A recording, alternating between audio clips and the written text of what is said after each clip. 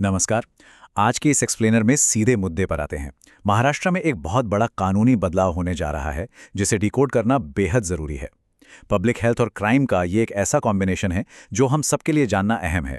आज हम समझेंगे कि कैसे राज्य सरकार अवैध तंबाकू सिंडिकेट्स के खिलाफ अपनी जंग को एक बिल्कुल नए और सच कहें तो एकदम एक्सट्रीम लेवल पर ले जा रही है। तो चलिए, बिना किसी देरी के इस पूरे मामले को आसान भाषा में समझते हैं। चलिए इस मुद्दे की गहराई में चलते हैं। अगर हम गौर करें तो एक बड़ा सवाल खड़ा होता है। जब कोई इलीगल बिजनेस हर बैन, हर पाबंदी को बार बार चकमा दे रहा हो, तो उसे रोका कैसे जाए? महाराष्ट्र के सामने ठीक यही एक बहुत बड़ी और जिद्दी समस्या खड़ी है। राज्य में कड़े बैन होने के बावजूद ये अवैध सिंडिकेट्स हमेशा कोई ना कोई नया चोर दरवाजा निकाल ही लेते हैं। सच तो यह है कि अब ये सिर्फ एक दो नियम तोड़ने का मामला नहीं रह गया है, बल्कि एक ऐसा हाई लेवल ऑर्गेनाइज्ड नेटवर्क बन चुका है जिसे नॉर्मल तरीकों से रोकना अब लगभग नामुमकिन सा हो गया है। तो भाई, ये इतना बड़ा मुद्दा आखिर है क्यों? इसका सीधा और सबसे डरावना जवाब है छात्रों और युवाओं को होने वाला भारी नुकसान। देखिए, राज्य में गुटखा बनाने और बेचने पर 100% बैन है, लेकिन फिर भी महाराष्ट्र के बाहर से इन तंबाकू वाले प्रोडक्ट्स की अवैध खेप लगातार बॉर्डर पार कर रही है। और सबसे खतरनाक बात क्या है?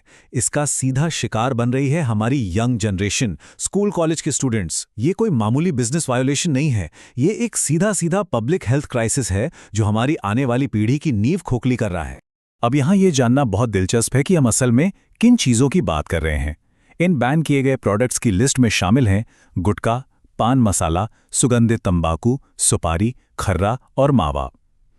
प्रशासन का पूरा जोर इन्हें जड़ से उखाड़ फेंकने पर है, क्योंकि ये कोई साधारण या नुकसान ना पहुंचाने वाली चीजें बिल्कुल नहीं हैं। ये सीधे तौर पर कैंसर को न्योता देने वाले प्रोडक्ट्स हैं, और इनकी तस्करी एक बहुत ही बड़े और शातिर नेटवर्क के जरिए की जा रही है। ऐसे में सरकार का मेन टारगेट है किसी भी तरह से इनकी सप्लाई चेन को पूरी तरह से काट देना। इसी लगातार बढ़ते खतरे को देखकर महाराष्ट्र सरकार अब अपना सबसे बड़ा ब्रह्मास्त्र निकालने की तैयारी में है। हम बात कर रहे हैं मकोका, यानी Maharashtra control of organised crime act की। ध्यान देने वाली बात यह है कि ये कोई ऐसा वैसा कानून नहीं है कि बस फाइन लगाया और छोड़ दिया। बिल्कुल नहीं, ये एक बेहद सख्त कानून है जो आमतौर पर अंडरवर्ल्ड, खतरनाक क्रिमिनल गैंग्स और हिंसक अपराधों से निपटने के लिए रिजर्व रखा जाता है। हाल ही में इस कानून में एक बड़ा बदलाव किया गया है ताकि ड्रग्स और केमिकल पदार्थों की तस्करी को भी इसके घेरे में लाया जा सके। सिर्फ पब्लिक हेल्थ के नियमों को तोड़ने पर इतने बड़े लेवल का कानून लगाना अपने आप में एक बहुत ही बड़ा और ऐतिहासिक कदम है। तो अब इस नए ब्रह्मास्त्र के इस्तेमाल से स्ट्रैटेजी में क्या बदलाव आ रहा है? सबसे बड़ा टर्निंग पॉइंट ये है कि अब फोकस सड़क किनारे खड़े छोटे पान वालों या गुमटी वालों को पकड़ने पर नहीं है। गेम पूरी तरह से पलट चुका है। अब सीधा निशाना उन लोगों पर है जो पर्दे के पीछे आराम से बैठकर इस पूरे इल्लीगल एम्पायर को चला रहे हैं, यानी सीधे गुटखा कंपनियों के असली मालिक, की ऑपरेटर्स और इस पूरे गोरखधंधे के मास्टरमाइंड्स। प्रशासन अब सिर्फ टहनियां नहीं काटना चाहता, वो सीधा पेड़ की जड़ पर कुल्हाड़ी मारने की तैयारी कर रहा है। सबसे अहम बात तो ये है कि ये सब सिर्फ हवाई बातें नहीं हैं। इस पर बहुत ही हाई लेवल पर एक्शन लिया जा रहा है। महाराष्ट्र के एफडीए मंत्री नरहरी जिरवाल का बयान इस बात की साफ गवाही देता है। उन्होंने बिल्कुल स्पष्ट कर दिया है कि चूंकि इन बैन हुए प्रोडक्ट्स के ट्रांसपोर्ट और सेल की घटनाएं रुकने का नाम नहीं ले रही हैं, इसलिए राज्य सरकार सीधा मालिकों और मास्टरमाइंड्स के खिलाफ मकोका लगाने पर बहुत ही सीरियसली विचार कर रही है। एक जिम्मेदार मंत्री का ऐसा बयान साफ दिखाता है कि इस बार सरकार फुल एक्शन मोड में है और पीछे हटने के मूड में बिल्कुल नहीं है। और यही वो वजह है कि क्रिमिनल्स मकोका के नाम से ही कांपते हैं। अगर हम नॉर्मल कानूनों और मकोका की तुलना करें तो जमीन आसमान का फर्क है।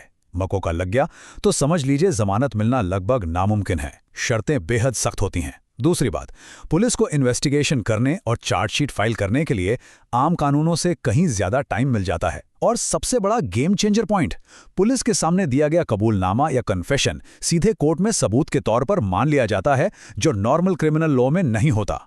इसीलिए ये कानून इन सिंडिकेट्स की कमर तोड़ने के लिए एकदम परफेक्ट हथियार माना जा रहा है। आइए अब देखते हैं कि इस एक्शन का सॉलिड रोड मैप क्या है।